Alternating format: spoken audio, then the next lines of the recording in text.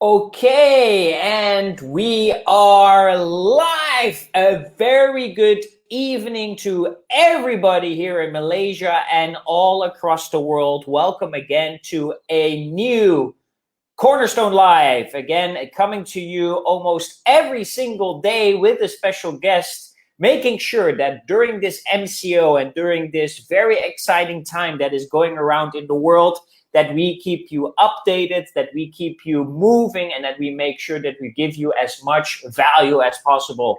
And tonight, oh boy, oh boy, oh boy, do we have an exciting guest for you tonight.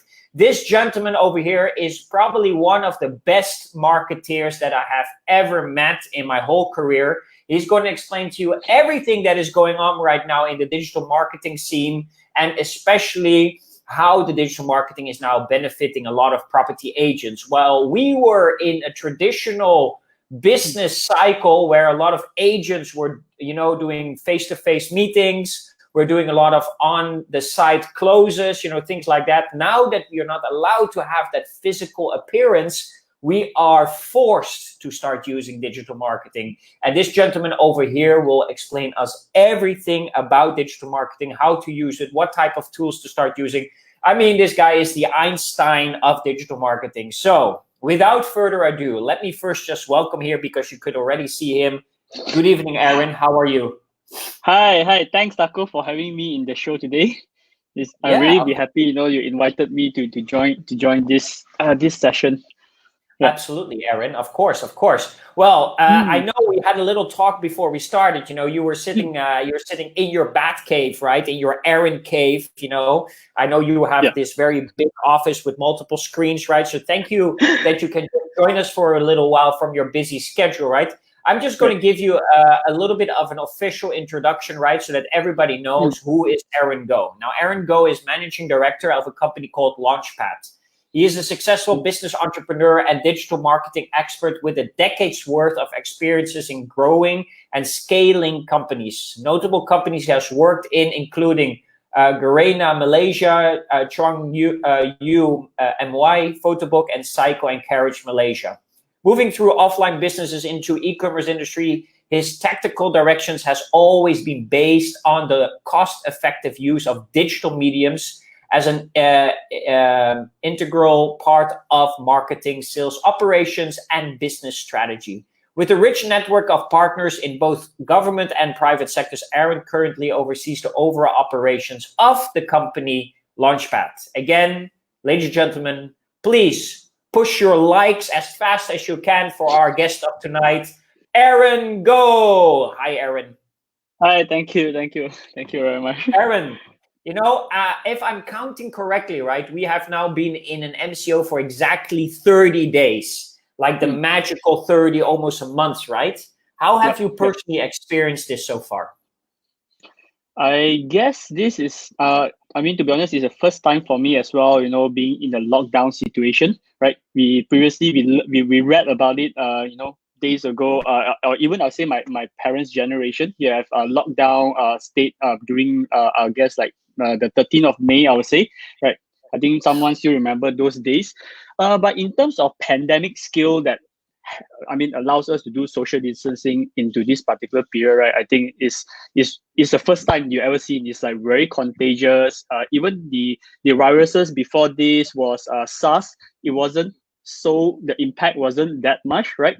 Also the boom of the social media, it creates more kind of like news over the people are sharing more information, and that really creates a scale as well. I would say this is the first time I experienced it, and I guess in our lifetime. I think this is the first time that most people are experience this, and I hope it's going to be the last time we all experience this. I mean, a global pandemic is not a fun ride. But it also brings up a lot of opportunity. So before I go, I have a lot of questions for you, Aaron. I prepared quite some questions that I want to talk to you about. I want to talk mostly about digital marketing. But I really know this evening, a lot of agents are joining us. There's a lot of agents from Cornerstone, but also a lot of agents from other companies. And I just really want to open the floor immediately, because all these people are dying to know how to use digital marketing, social media, how to adapt, change their marketing strategies into the current marketing situation, maybe also for after the MCO. So agents, real estate agents, this is your chance. This is your chance to tap into the brain of Mr. Aaron Go here and ask him any question you want. But let me start first, right? Aaron, just quickly, right? I did a little bit of an introduction, right? But could you share a little bit more about yourself and what is it exactly you do with Launchpad? Okay, so I mean, for me, my role in particularly in Launchpad is that we actually started from an agency, right? An agency model. We specializing in doing social media itself. My previous partner, 𝐌𝐚𝐧𝐚𝐧𝐼, he actually started the agency, and then subsequently I joined the social media side, and seeing the opportunity in the market. I mean, social media alone is just a channel, right? Just a channel online. Then what happened is that with my expertise, I actually open up the way of how we do digital marketing. So we focuses more towards the inbound method. So we actually found a hotspot partners as HubSpot, the first agency in Malaysia, and that we focus towards the customer journey. What do they mean is that our agency, we specializes very much to the our clients' customer, right? You know how to attract this particular set of customers. So in terms of digital marketing perspective, right now we're actually kind of like a full scope agency. We're looking at multiple different channels. We're looking at what channel works, what channel doesn't work. My role in Launchpad as the managing director, actually I oversees 3 different arms of our business, where we have the agency. We also have outgrown that model that I venture inside myself to more towards consulting side as well. At the current point in time, I actually also the acting CMO for a few companies as part-time CMO, giving more about the business strategy perspective. And we also running some sort of academy area where we do once a year inbound marketing master classes, right? And we have smaller training groups as well. So I guess it roughly sums up what we do. We are inbound agents, inbound marketing kind of like agency in a solution provider here in Malaysia. Wonderful, wonderful. Okay, that makes it a lot clearer. So a lot of areas within the marketing area, right? You are CMO for a couple of companies. You help them with that. You do an academy, right? And then you do all the inbound marketing for a lot of things. At this time, should a digital marketing agency be very busy, or are they like many companies now, slowing down? How are you experiencing that with Launchpad? Okay, for us, it's because the way how we position ourselves is a bit different. I would say around 60% of clients are overseas, right? And then some of them are entering in Malaysia market. Recently as well, we also got a client from Korea as well that's trying to enter the market. So for us, our business is not really much affected. In general, I do see digital marketers are more active online in terms of lead generation. That's one area that I see. In terms of execution wise, is because right now everyone is focused doing MCO. Everyone is focused online. So we see brands and companies are actually executing more of these channels as well. So I guess agencies around should be quite busy as well. Particularly from our sense, we're actually very busy is because we're getting an amount of incoming leads from few channels that we did, some tactics that we did as well. And then that explains our situation. Okay, wonderful, wonderful. So Aaron, what before we go to all the digital marketing questions, and for agents and things like that, for you personally, right, what is up till now the biggest lesson that you have learned in the past 3 weeks? I would say the first important thing for businesses is to at least have a continuity plan, I would say, right? Or a contingency plan. Because if you see MCO itself, it was quite sudden. News was happening in January talking about this pandemic, and then in March itself, just a short period of 2 or 3 months time, everyone have to work from home, right? Everyone have to do remote working. There's a lot of businesses that have not adopted this approach yet. You're talking about retails, you're talking about physical businesses that you still need a lot of human interaction. That's where that's where the changes happen, right? So in the past 3 weeks, it's very important for us to put this upfront, a plan that, from my previous organizations that we work with as well, we actually have a contingency plan. What happens if an outlet goes down, for example, what happens if just say a situation like this exists? So for us, we are able to decentralize, we are able to do remote working. That is one of the key things that I learned. And not only that, I think something that we have experienced a lot in Malaysia in terms of communication. Malaysians, we like to, I mean, maybe perhaps it's for my opinion, I'll put it that way. We like to meet each other, especially business deals. We have this kind of a face-to-face meeting. But with the MCO itself, we actually have to go online. We're going through channels like this to do Zoom, going to Google Hangout meetings and Skype and stuff. Yeah. So the thing that I learned from this as well is a bit funny, right? It's like, I mean, actually it still works because in the past experience that I have, generally clients will like to us like, hey, Aaron, come over, you want to have chit chat, that kind of like culture is already embedded in most businesses, right? I need to see you face to face. But during this particular period, it's funny that we also, I mean, business is still as usual. And then apparently, going through this sort of communication, having, web chat, going through Skype, and then this type of communication actually is very effective for businesses. Just to put it in perspective, right? It's because it saves times in terms of commuting, for example. Like in Malaysia, everywhere, I mean, KL, for example, it's like almost everywhere jam, right? So from one location to the next, a minimum 30 minutes down the road from parking all the way. So the thing that I learned from this is actually businesses are still able to work out, right? And when it comes to go online, just that again, a lot they're not trying out. But I guess because of this situation, a lot of people will start to go online, video conferencing, going about webinars. So this industry, I think, will kick off a lot. Nice, very nice. So let's dive straight into it, right? I've invited the crowd to ask any questions. We got a first question in. Let's get straight to it. Cyrus, he doesn't want to wait anymore. He just wants to ask the straightforward question. He says, other than the usual platforms like Facebook and Instagram, what other platform do you recommend? How about a website or landing pages? How do you see the trend at the current situation? Okay. Okay. So I will break down the question into 3 different areas, which I will address.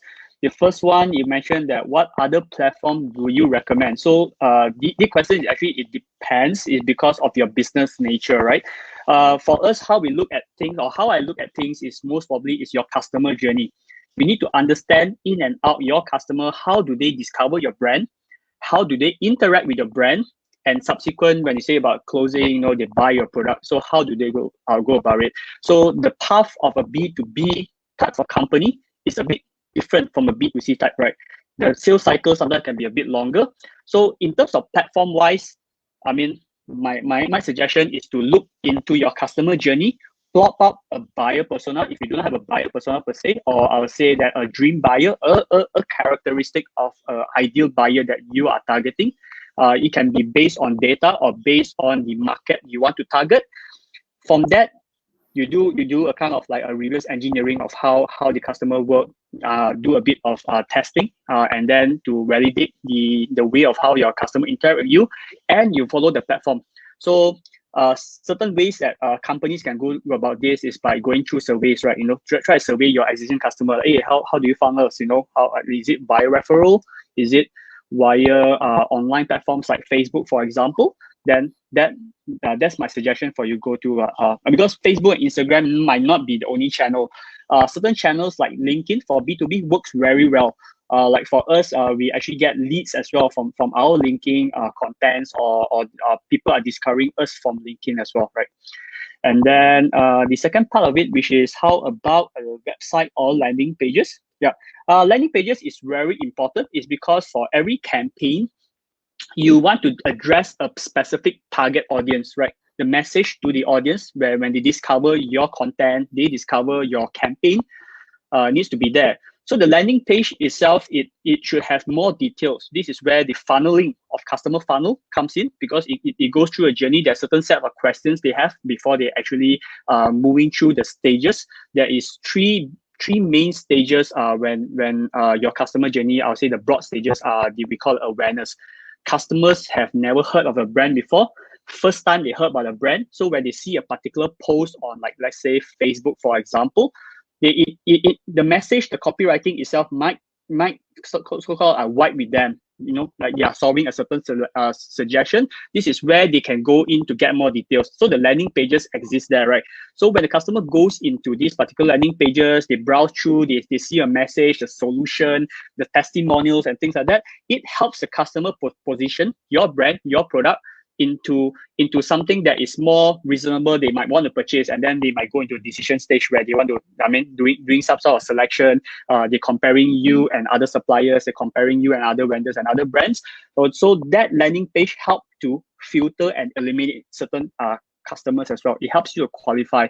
So landing pages, I would say it gives a lot of information. So yes, continue to do more landing pages. I think as a marketer itself, landing pages, number one, is very priority. The way of how to craft landing pages, using a psyche of the customer, what they want to see, it also is very important, right? And the last bit, I'll say that how do you see the trend at the current situation? Okay, I'll say the current trend, that is pros and cons. Certain businesses itself actually got affected in terms of their staff remote working. Some of them might not be very productive. The efficiency might not be there. But you put it the way that moving forward, a lot of businesses will go to digital. So one thing that I think with social distancing, businesses after MCO needs to continue. One thing's for sure, the trend is going digital. I would say that this MCO period or COVID-19 itself, it became a catalyst, especially in Malaysians, to start adopting digital. So the question is that if your business is not doing digital, how can you start and how can you position yourself to be there, right? So that's one of the key things that you need to look about. So going back retrospectively, I don't think we are in terms of traditional wise, we will need to change as well in terms of your business plan, and you need to go and think from that angle as well. Yeah, very good, very good. Aaron, the thing is me also, right? We do a lot of training, right? We also teach a lot of our clients about marketing, digital marketing, all kinds of marketing, right? Digital marketing is a very, let me call it a very big word, right? It represents a lot of things, right? And there's a lot of confusion about digital marketing because a lot of people, they say, okay, Facebook, digital marketing, but that Facebook is not only digital marketing, right? So there's a lot of confusion. Could you explain to the audience, what do we need to understand under the term digital marketing? Okay, so again, I think the most important thing for us to go back to fundamental, if I break the word digital marketing, digital, you are referring to the, I'm not saying channel, it's more like traditional, there's mechanical, digital, right? Anything that uses electronic, that's digital, right?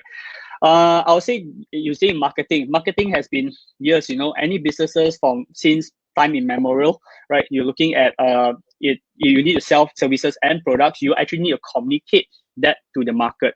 So that is where digital marketing comes in. Actually, digital marketing, to put it into summary, is a form of the form of marketing in products that involve a lot of electronic devices, right? A lot of perception, people will think that, hey, digital marketing has been just around like maybe the decade. Actually, it's not. You come and think of it, digital marketing, I think one of the first early parts of digital marketing, what kind of channels? I mean, Taco, like yourself, can you just give a guess? What is the early channels that is available as a digital marketer? Radio? Yes, you're right. You're right. Of course, right. I'm old enough to be right. Thank you for reminding me. You're right. Yeah, so some people don't think radio was like digital marketing. When people say, radio, oh, that's not what I thought. Because digital itself can break down into two different areas where we're looking at both online and offline, right? So don't confuse much into digital marketing compared to online marketing. The one that's a bit boom right now, the so-called hit everyone is trying to go into, it's like online marketing. You say digital marketing, radio is still a matter of digital marketing in terms of like billboards. It's also digital marketing. You're not looking at the printed ones. They were looking at the so-called the LED ones. For example, if you go to Times Square in New York, you're full with that. It's all digital.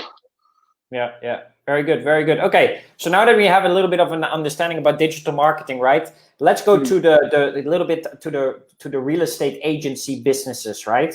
A lot of agents in Malaysia, but also across the world, right? They prefer to work the traditional way of business, right? They go out and network. They try to put up listings, and then they hope that people reply to those listings. But they still have a hard time adapting to the new online marketing resources, right?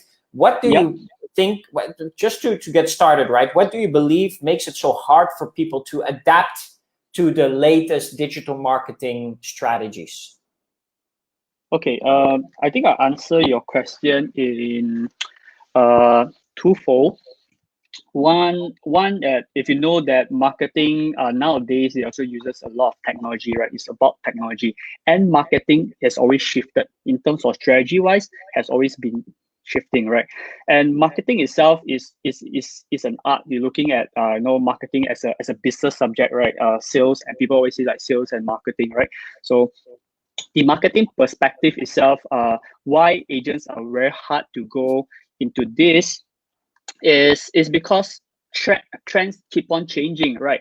And they always need to keep up. This industry itself, or all the work that we do, is you need to always understand what is coming next, right? Because you're looking at platform, for example, like most people knows about Facebook, Instagram.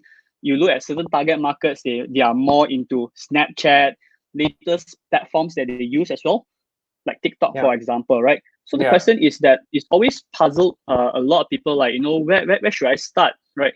Should I start Facebook? Should I start Instagram? You're not sure how to go into it. So yeah, to answer your question, so that it's always shift. There's a lot of shift in the industry in terms of like what channel to approach customers.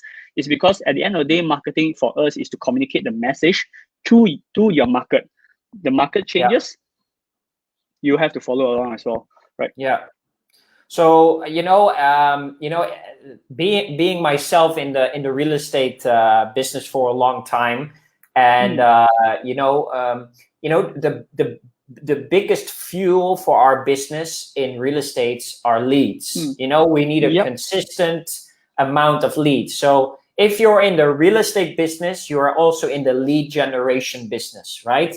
There's also a lot of literature that refers to that our primary business every single day is to generate leads, right?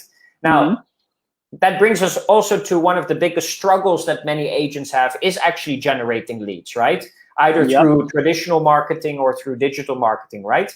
But let's say as an agent, I would step into the market right now, right? And somebody says, hey, you need to do online marketing, and digital marketing is such a big cloud of many things that you could do, right? What would you advise an agent where to start? Where would an agent, should they start with their lead generation business? Okay. I'll go into this mindset first, because it's very important not to jump into the bandwagon. It's really to analyze the market, right? You're looking for a bigger perspective. You, as an agent, you might even look, right? I'm not sure, there's like 2,000 or 3,000 agents in Malaysia, for example. The first question you want to ask is that how do you want to position yourself, right? How do you want to construe yourself to the market? That's a bit different from the rest, because any agent can do the job. The question, why should the customer go to you, right? So this is my thought process is more like I'll look towards the strategy perspective first.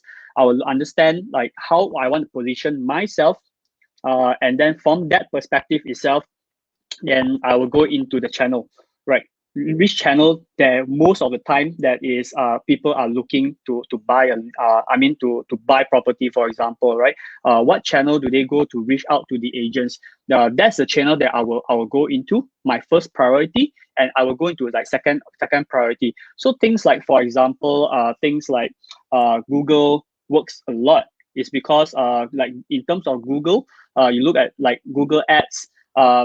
You actually guys can have twofold of customers. I would say there's one customers that is a bit warm, that's looking to buy property.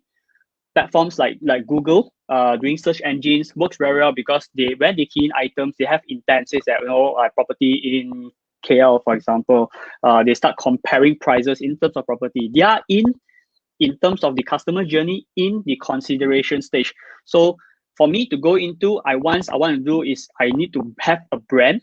I need to brand myself, have some sort of expert in this particular field, right? And then how I do is my message to reach out to them. And there is the second part of the field where I would say it's a bit more cold customers, right? There's where channels like, for example, like Facebook, Instagram, they go there, to see the friends' messages, to catch up with their favorite celebrity, for example, and then bam, they saw ads, right? That is more cold, called a bit cold lead.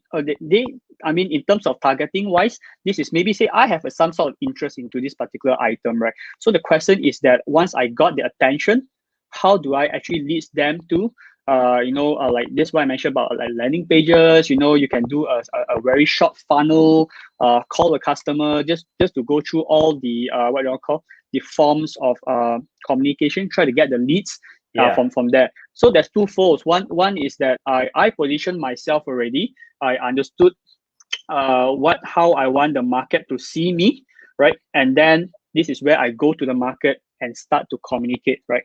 In terms of what I'm selling, right? And once I hit the correct target, this is where the message people, I mean the so-called the lead generation will comes in quite a lot. Okay. So let's stay a little bit at lead generation, right? I have a few more questions there, right? Okay. Let's look at, let's say, traditional marketing like flyers, newspaper ads, business cards, there's still a lot of agents use this stuff, right? Do you believe that it still works, or is it really something that is getting like out of the marketing field? Okay. I believe it still works, right? To be honest, all businesses usually require traditional as well, right? For us, how I look at it is always about the ROI. Which one works better? If I spend $500 to print flyers and $500 to do a Facebook ads, right? Both I have kind of same reach. I know I mean, sometimes the flyer, it will cost even cheaper. You can go a bit higher. It might give me a better ROI. Small things like, for example, the way how we want to construe all of these items, we want to see the sophistication of the market as well, right? In terms of real estate in the city, people, the way of the buyer journey, I would say the buyer persona, they are more sophisticated. People are using smartphones, social media, right? So this might be a way to reach out to them.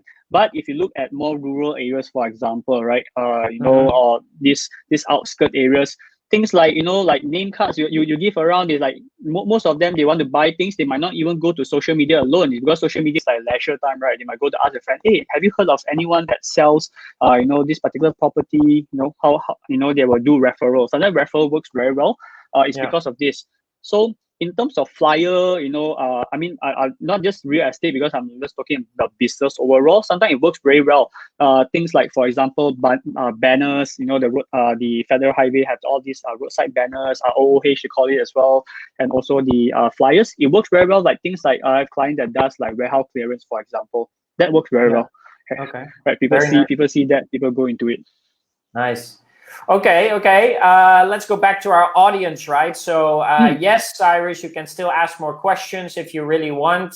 Wing Hong, I will come to your question later, a little bit more to the end. That will help a lot of business owners. Let's go to a question of Danny Yap. He's asking a very straightforward question. In your opinion, which digital channel do you think is most effective generating leads for the property industry?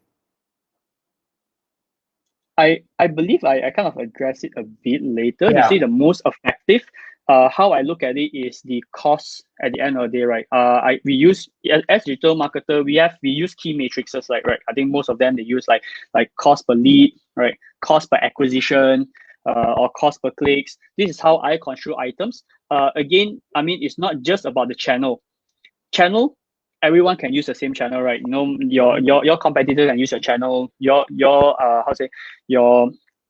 colleagues as well might know, different agents might be using the same channel as well. The question is, at the end of the day, is also boils down to a few things.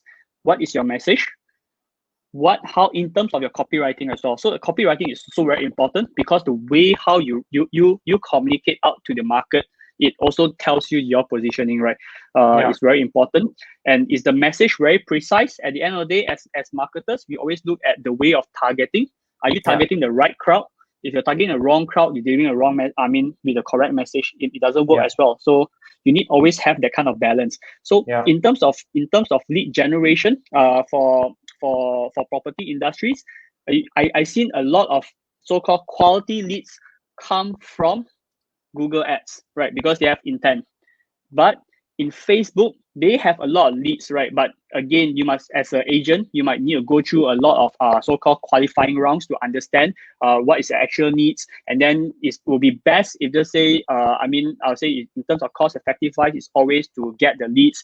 You need to segment them. Are they investors? Are they avid buyers? Are they first-time buyers? If you're able to do all of these particular personas, you're able to segment them well.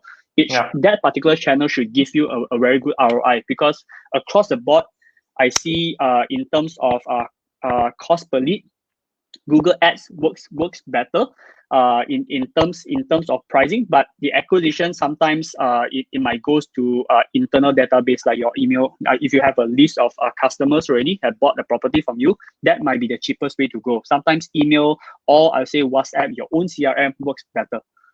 Good. That's some good advice there. Yeah, I would agree with that. Because Google has more the search function, right, where people actually start searching, and then you get recommended by Google as a priority. And in Facebook, it's kind of a push-pull effect, right? You can get a lot of leads, right? You can build big lists of leads, but at the end of the day, it's a question, right? Did the people that clicked on the advertising, was that impulsive, right? Was that just a quick thing and they forget about it? So you need to go through a lot of quality rounds to basically identify if they're really interested in what you have to offer. That's what you're saying, right? Yes, you're right. And you might need to nurture them a lot as well. Is because again, they might not have the interest. They come across this, it sounds interesting to them. They are not committed, but people that actually do do Google itself have a better intent, I would say. Yeah.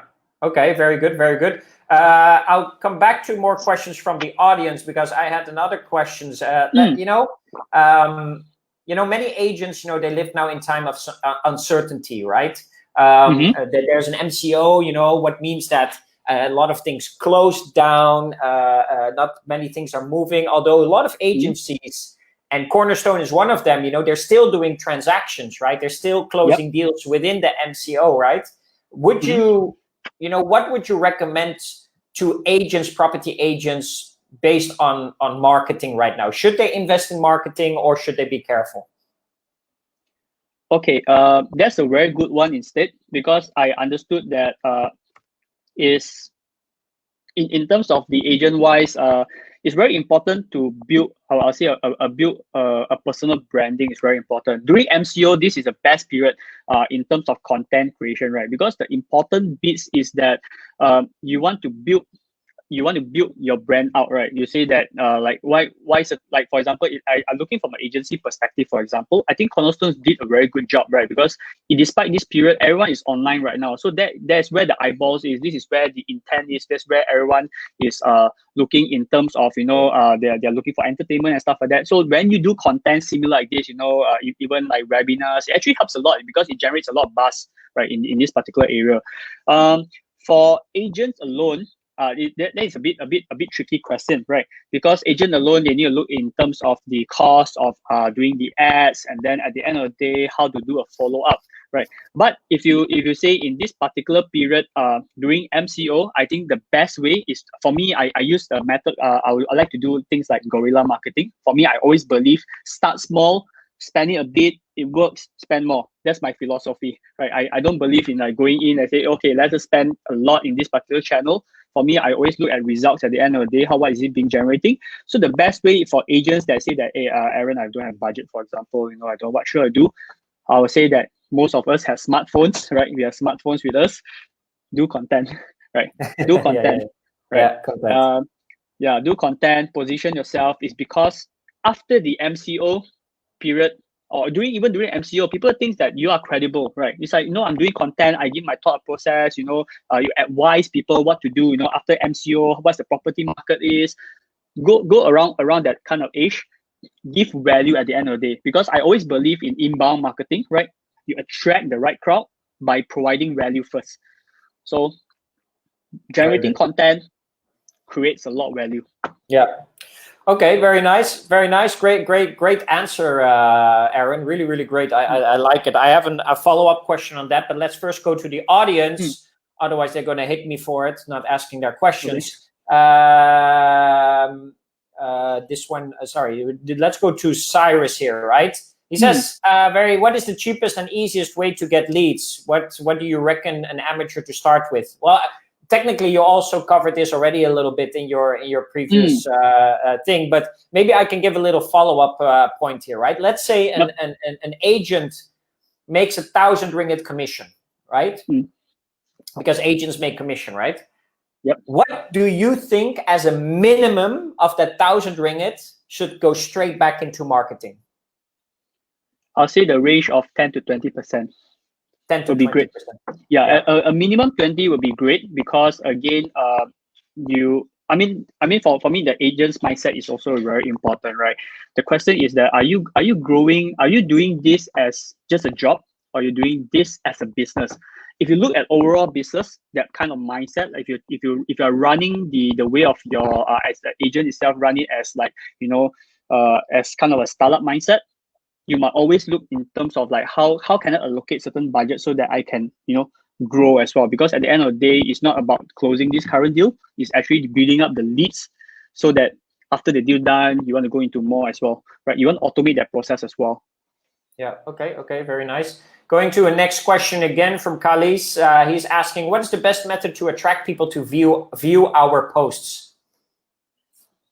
Best method to attract people to view our posts.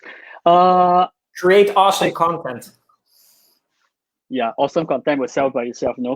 Important thing is so two things to put it into perspective. Post, I believe most probably I guess it's a bit of article. What you want to try to do is create headlines that actually attracts people, that is trending. You look at trending items, right? Like MCO. So this is a buzzword. People are looking for it right now. Go towards a direction, create something that people don't know about MCO. Create that sense of like, I want to know. The objective of a post, when you do it up, when you share it in social media, for example, is always to get people to click, right?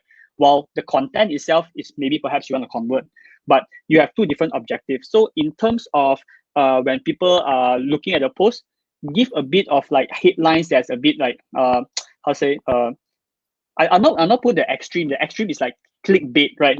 It's like 7 steps to generate leads. Step number 5 will shock you, right? That kind of item will generate a lot of people to view your content. But again, at the end of the day, how valuable, how long a person stays into particular content, again, is the way how you want to deliver the message, I would say. Right. Nice. At the end of the day, at the end of the day, I believe it's copywriting. Copywriting actually solves a lot of these areas as well. Yeah, I can second that, right? I've done a lot of ads, I've done a lot of articles, I've done a lot of advertising, but actually I can definitely what Aaron just said here. The key is in the copywriting, right? A lot of our mistakes in ads were made because we wanted to keep the budget for the ads, right? And we just wrote everything ourselves. And it didn't work.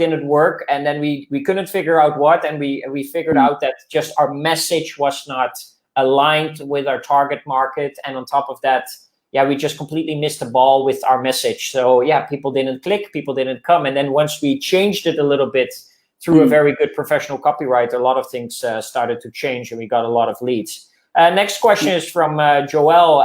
Aaron, is there a different approach for different races as a target market for the same property? Different approach for different races as a target market for the same property. The way how I look at it is very important because I go back to the customer personas itself, right? So if you say different races, the first thing I would like to put it is the way of how I address it in terms of language, for example. So language itself, it creates a better better opportunity to communicate with. So that itself is already kind of like winning like half of the battle, is because you can have a very great copy, you can have a different approach on in terms of like copywriting, for example. I'm just using an angle, for example, right? Yeah.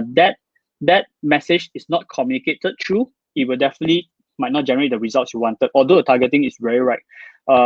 In terms of different approaches, is that again, this particular market, for me, my suggestion is to do a kind of small testing, right? You have a concept. Startups are all, I mean, I use a idea of startup. You have a validation. You have an idea. I believe the market should be this way. Or startups or businesses, they say that I want to solve this particular set of problem. So I have a sort of hypothesis, right? The second way to look at it is that I take this hypothesis with the way of how I want to do things. I validate it, right? Go to a market, talk to people, get feedbacks, run some sort of campaign, short one, and see the results. Because I'm kind of data person, right? I always look at numbers, and numbers tells a story.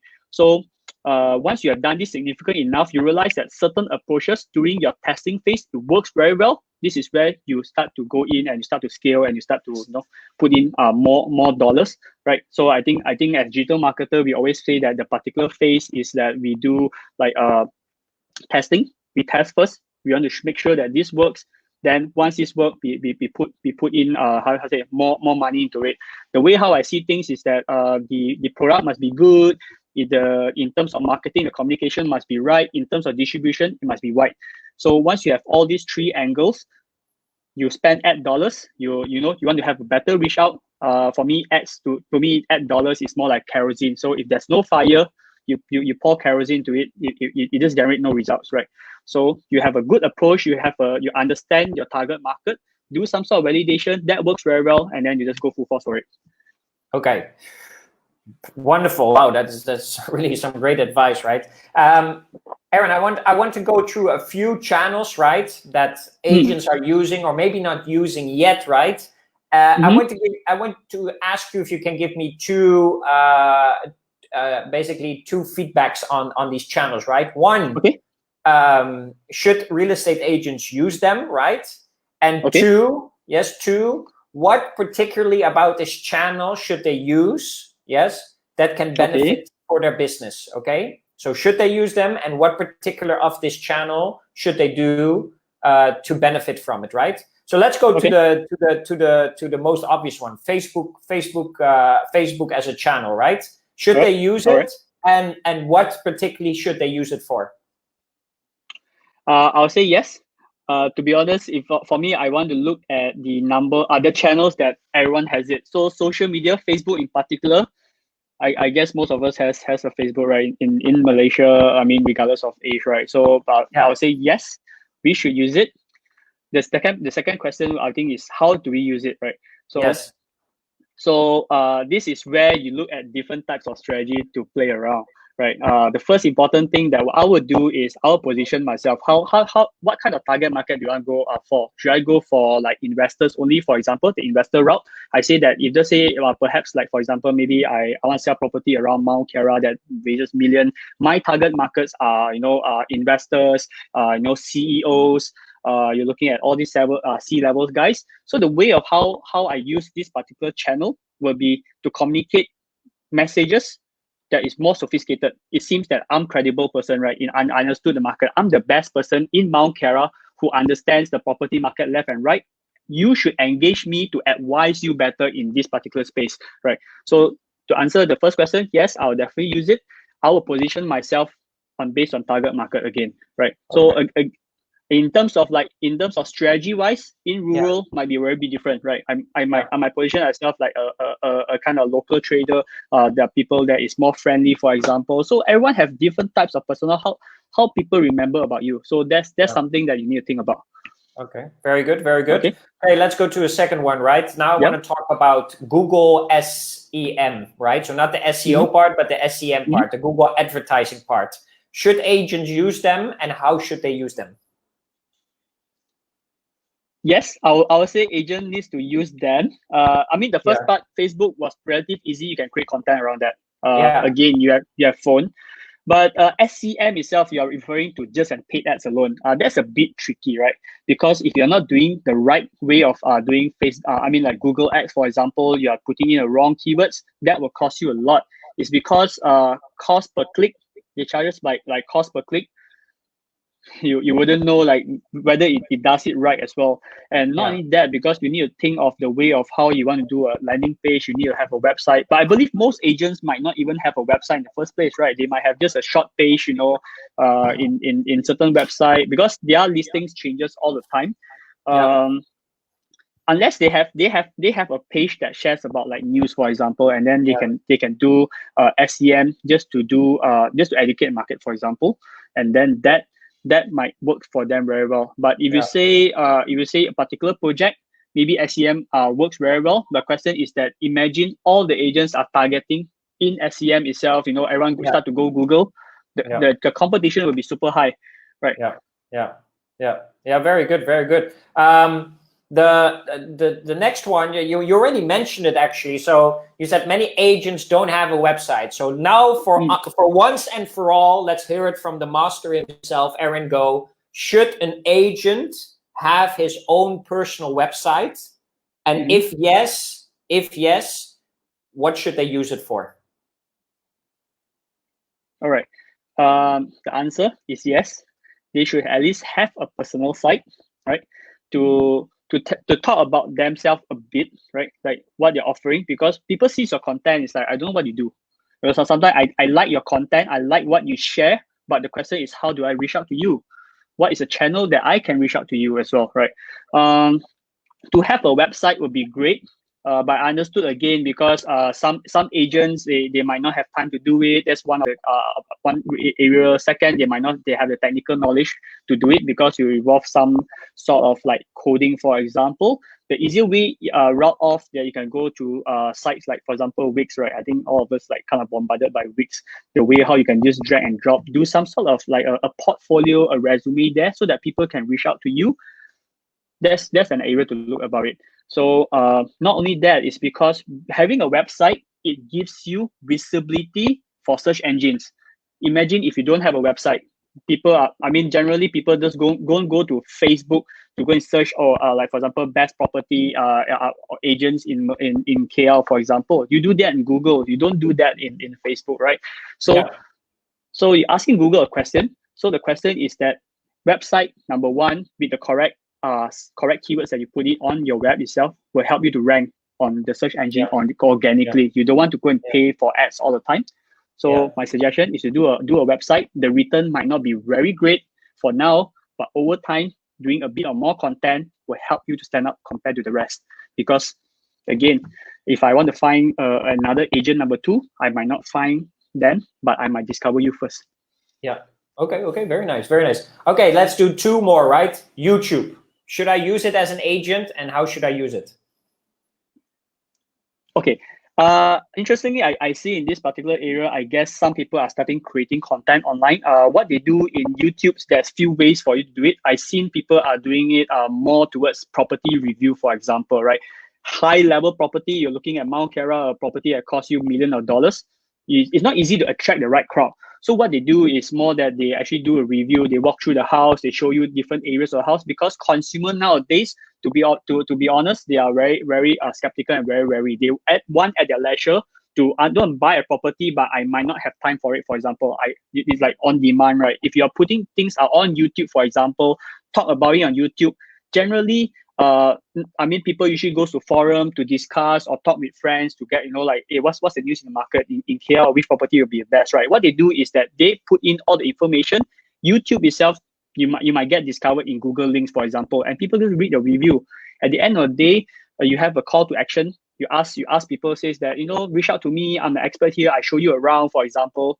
That might work for that as well, right? So that is like one of the strategy. So you have find ways again to be very different. Not say very different from the others, but to add value. If you see the things that I've mentioned a lot, is really to add value, because throughout the buying journey, the customer journey, there's always a lot of questions. My question is, how do you help the consumer to make a better decision? Number one, if you help the customer to solve problems, you're adding value, and customer will always come and find you.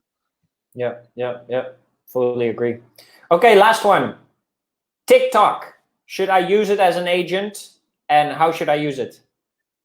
Good question. Good question. Like myself, I mean, to be honest, I love the entertainment bit in TikTok, right? For me, I look at the platform itself. Generally, if you say target market for property, for property buying, for example, you ask a few questions as a property agent. You look at this. Generally, ask yourself the first question is, what's the age group people who uses TikTok? You realize a lot of like investors, the age gap maybe from 40, 50 and above, right? They might not be TikTok, right? They are still goes to the way of like newspapers, you're looking at from friend WhatsApp. They share about this kind of news. They go to Facebook very seldom. If you go down the step lower, like 30 to 40, for example, within our age group, we are in social media. For us, Facebook might be the norm thing, right? TikTok might not be for everyone. But you see the younger age group, a lot of them on TikTok. The reason they like TikTok is because of the engagement. You want to see things that is, that's attractive. To be honest with you, you can try TikTok, right? You can try TikTok. The point is you want to get eyeballs in TikTok, but the way of how you want to convert yourself as a person to be credible in this particular space, because real estate, again, you want to see yourself as someone professional that able to give advice.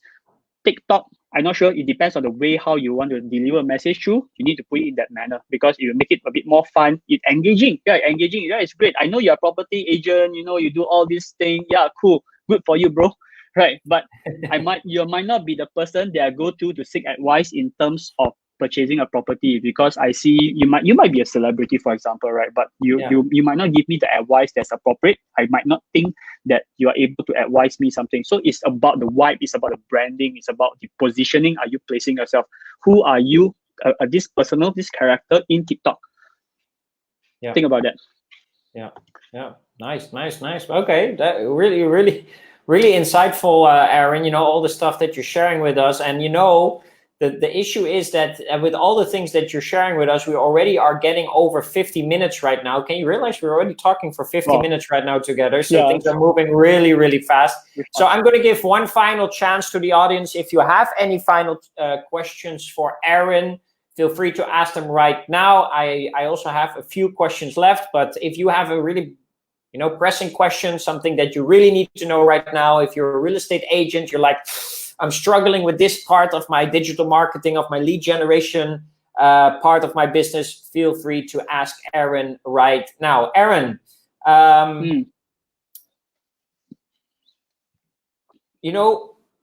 we talk. I asked you a few times about the digital marketing. We talk about Facebook, YouTube, building their own websites. Sometimes agents, we ask from agents to become marketeers, and obviously they are not marketeers, right? They are real estate agents, right? Yeah. But sometimes they just simply need to learn. They need to start learning, right? So for a real estate agent, if they could start learning all of those things, where would you recommend them to look? Where can they learn all of this stuff? Okay. I guess you are looking for like channels, or where can they get the information for digital marketing. I would suggest, for me, I suggest the free ones that we can go to. HubSpot Academy, for example, it's a free portal where you can just learn about like what's inbound about, how do you attract leads. It's all free, right? There's certification as well, which is good for your career path. If you want to go as a marketer route in the future, right? HubSpot Academy will be good. If you look at certain person that I actually follow, like I would say like kind of like a mentor, not say mentor, put it this way. Certain key persons that are in the digital marketing world that I actually follow, like for example, Neil Patel. Neil Patel actually gives a lot of tips, hacks, and tricks. I know. Yeah. Right. He previously known for SEO, but he gives a lot of this kind of content. I digest it. If you put into other areas, if you like motivation, you can go for like Gary Vaynerchuk, for example. For branding, in terms of creative, because it when it comes to marketing area, it's not just also about copywriting. It's also the right visuals. Because when the buying decision happens, it's about feelings as well, right? So how do I trigger that particular feeling by providing you, by communicating the right verbal message, like copywriting and stuff like that, in terms of visuals as well, right? So that they can imagine how it is. So I usually follow like what you call Chris Do. In this particular channel, he talk about a bit of salesperson, talking about consultative selling. So these are the few key areas that you can learn from. But I'll say resources wise, YouTube is one of the best resource. You can just put in your information, like what particular channel. Most likely you're going to find a content about it, right? So there's a lot of content creators out there. Again, be resourceful. The World Wide Web there is there. You can just Google. You can find a lot of information, right? Yeah. I like how you shared in the beginning that I must agree that I think sales is a skill and marketing is an art, right? I mean, marketing is the art that makes sales easier, and because it just helps you, put yourself in front of the right target market, right? So I think sometimes agents, and I think also other industries, but we're talking about agents in this case, they think too easy about how marketing works. They wish it was just a switch, what they could just on, put some money in, and then, they get loads amounts of leads. And obviously it's not that simple anymore, right? There's a lot of visual thinking. There's a lot of copywriting thinking. There's a lot of thinking of your target market, which channels to use, right? All that kind of stuff. So you really have to do a lot of testing. You have to do a lot of trying, all that the kind of stuff. If you would start as a real estate agent today, right? You are a marketeer, right? And you would start as a real estate agent. All these channels, all this creative thinking, right? You need to find out who is the right target market. Where would you start? Where because a lot of agents join the real estate industry every year, right? And to explain, you just have to on all the channels, and you have to be a copywriter, you have to be a visual expert, you have to start thinking about your right target market. That's going to be overwhelming for them, right? What would be the most easiest way to say, okay, if you would just start there, it would already give you some minimal results? Let me think about this. If for me, let's pretend I'm someone new, right? I'm not in the real estate. The first thing is that if you recruit me as an agent, the first thing I would do is I really need to do a study. In the terms we use, a competitive, the landscape study. You need to understand in terms of what kind of agents are understanding what in terms of competition. You look into two key areas. This is what I would do first as a start, because I believe planning, coming up with strategy I'll spend 80% of my time. 20% of my time execution, right? So because it's all about planning, if you plan it right, your message is right, you hit the market, you go into it, you will get a very good result. So the first thing I'll do is I'll really look into the market, for example, because again, I'm new, I'm someone I just started in this real estate. In terms of market outlook, I need to really understand the trends. It would be great if, just say, you have team members, or in the agency, someone that's a bit more experienced can guide you through the market. Second part, in terms of competition, again, left and right, there's a lot of competition. Who is in this particular space? You can't think of it also. So I believe you are looking at two key areas. One is sales and sub-sales, right? So I think the sub-sales portion, this is where you need to look at who are the major players. Okay. Then the part that I will start is, once I understood this, then the question is that I'll craft the persona. Again, I'll definitely craft my persona first. I will focus on one persona, right? You ask yourself, who will buy this property? The very simple question, who will buy this property? If you say I want to target family, for example, family of what, 2, 3, right? Or you want to target investors, what types of investors, right? I just look at this particular one angle, because if I do like multiple, a lot of people that ask in terms of digital, they ask who is your target market? Male and female, 18 to 60. I say that's too big. Right? Do something that's a bit shorter, investors within this particular set of periods, and then small things I will start to do is to do something that is will be very less, very less effort put in the way, but I get a lot of results. Like for me personally, I like to do a bit of like partnership. For example, partnership works for me. In Launchpad itself, we have been partners, using partners to leverage our brands for a long while, from how we started until now. Yeah. For real estate, you might not have that kind of thought process, but you can start again, maybe perhaps leads, right? I'm not sure if just say you have a set of leads to cold call. It's great to do that. My question is that how can I be much better than other agents that are going to call this set of customers as well, right? Yeah. So Yeah. I must think of my positioning with the strategy. I think of my positioning, and then maybe perhaps I will do a bit of content, a bit of sharing again. I need to find an angle. That particular angle, it really depends on every agent, because if just say I say that, oh, just do content, trust me, tomorrow everyone will start to do content about this particular space, and no one is unique anymore. True. So find the unique spot, huh? Yeah, a unique spot, someone that knows you about something. People know, like for example, Launchpad, we always attribute to inbound marketing. So if you go online right now, you search for inbound marketing agencies, you'll find Launchpad. You find HubSpot, you'll find Launchpad. That's our positioning, how we put ourselves to be, right? As an agent, use the same methodology as well. Treat yourself like a startup. Have a startup mindset. I need to plan all of this. Do things that actually give put in a bit of effort, you get a bit of more results in that area. Maybe perhaps content works for you, that'll be great. Putting ad will be work for you, that's great. But again, focus. Don't do too many things at one time. Do what's most important. If this doesn't work, try the next thing and try the next thing. You realize that after a while, running through this, you will see a pattern, right? For example, there's the same target market, but the way of how you do things, certain things give you better results. Then focus on that more, right? Wonderful, wonderful. Okay, Aaron, we are coming to an end of this session. Actually, we're already over 1 hour, so we're running already a little bit over. But I just have two final simple questions for you. Where can people find you, and what else? What is it that they can do with Launchpad? I mean, for me, you just find like Launchpad, you put it online. I guess we are on the first page of Google, or you just find for like inbound marketing agency, because we use the philosophy of attracting. For me, I don't really like to disrupt people. Again, a lot of people nowadays, because there's so much interaction, there's so much distraction, they hate to be interrupted, right?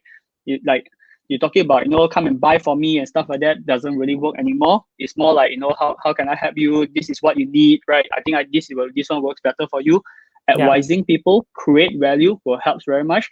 For us, you can find us online in Google, inbound marketing agencies, or you can just go to Facebook, look for Launchpad Marketing, or Launchpad NY. Yeah. Perfect. Okay, great. So, ladies and gentlemen, that really brings us to an end of today's session. First of all, I would like to thank the audience for being with us. Thank you for your amazing questions. Good questions, powerful questions that you asked to Aaron.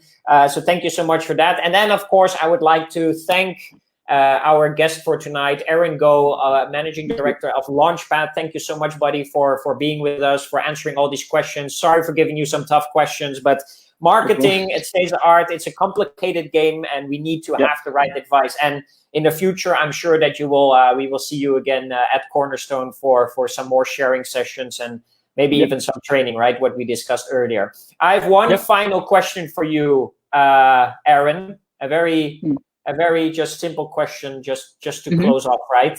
Imagine, I would sponsor you a billboard, right? And I will put it on the most busiest highway here in Malaysia. And you, as a marketeer or as personally, you can write any message you want on that billboard for the people in Malaysia. What would you write? I guess during MCO period, I would say, be vigilant. Don't be complacent. Although MCO will be over, take social distancing. That's very important. Again, be social responsible, right? That's one area. But if overall, I'll say stay hungry, because I believe staying hungry itself, that hunger within you is one of the key success, right? That really determines what people that is very successful and not. Because for me, I don't take no for an answer. I always find ways to go about this. If I find challenge in this particular channel, let's pivot and just find for solutions, right? So I always believe that there's always turn around to stay hungry. I mean, I think like Steve Jobs used the word like stay foolish, stay hungry, right? So this like constantly learning and constantly be or wanted for success. Wonderful, wonderful. Stay hungry. We will put it on very big letters on a big billboard here on the Federal Highway. Stay hungry. Aaron Go, thank you so much for this evening. And that really brings us to an end. Thank you so much for watching. Make sure that you join us again tomorrow evening. We will be back with a CSX Live coming to you like every single day. This was the end of today with Aaron Go. Thank you so much. See you next time. Bye-bye. Thank you. Bye-bye.